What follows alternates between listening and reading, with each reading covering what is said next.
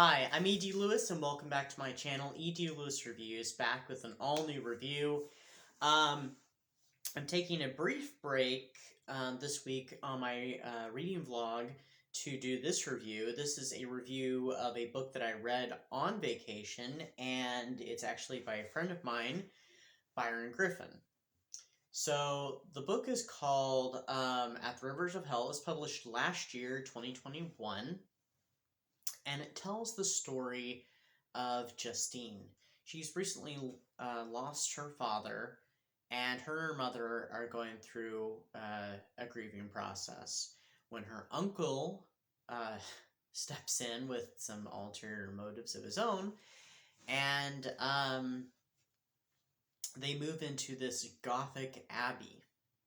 Now, soon afterwards, Justine ends up meeting these women that live out in the forest, and they take her on a sort of journey that is definitely a turning point in Justine's life and her situation. I'll say that. Now, I am keeping that synopsis rather vague because it's not a very long book, and I don't want to give too much of the plot away. The book does feature several references to other Gothic works, including the Castle of Otranto, and sorry, just remembered some others because it was the only one I could think of at the moment. Also, there's Anne Radcliffe references, though I have not read any of her stuff. I do know some of the titles of her books. And I know there's some others, but I can't think what they are offhand. The book is very well written and has some interesting descriptions, especially with the events that follow after she meets the women in the forest. It's really cool, really awesome. There is a but, though, with this book, and this is not going to affect my rating of it, and it does not affect my review.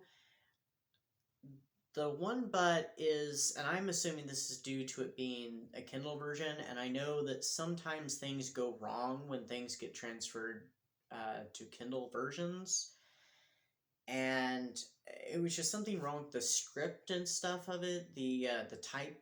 I don't know what happened with it, and it was just, I could see these weird little, I don't know how to describe them, little flaws here and there, and there was like a word missing. So I assumed that was due to the Kindle version. I actually wish I had gotten the paperback version, so I could have held it up instead of showing a picture of the cover.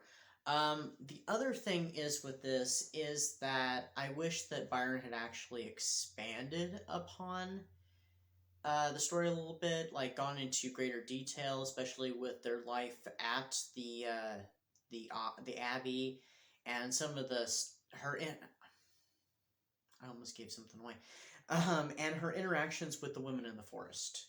There, trying to keep it vague here. This one is hard for me to talk about without spoiling it, so that's why this review is rather short. I wish, in other words, basically, I wish that we could have been further immersed into Justine's world, basically. Rather than that, I can't really say anything bad about it because it was very well written, and it definitely was different. So I'm very glad about that. I gave it 4 stars out of 5, and I definitely would recommend it to you. I mean, if you get the Kindle version, just be aware. Not beware, but be aware of those flaws. Like I said, I assume that it has to do with the transfer, because I have heard of that happening before. So, like I said, but, anyway, that is my review for the book, so do check out At the Rivers of Hell by Byron Griffin. It is excellent, and also check out some of his poetry. I've read some of his poetry actually on Instagram, and I love it. It's very dark, and some of it's a little twisty, but it's definitely up my alley, and I'll just let you guys be the judge of it, and you can, without me spoiling some of his poetry. But yeah, Check it out. I read it on vacation. I actually read it over the course of 2 days. I actually could have probably read it all in one, but I was, doing other things, so I had to put it down. So I think I got through it in about 2 settings. There might have been like a brief setting where I could sit down for a couple of minutes and just read a chapter or two really quick. So anyway, that is my review, and I will see you guys back here with another video next time. And next Wednesday, I will continue my reading vlog, so don't miss that. Anyway, stay spooky and stay safe, and have a great May. I'll see you soon.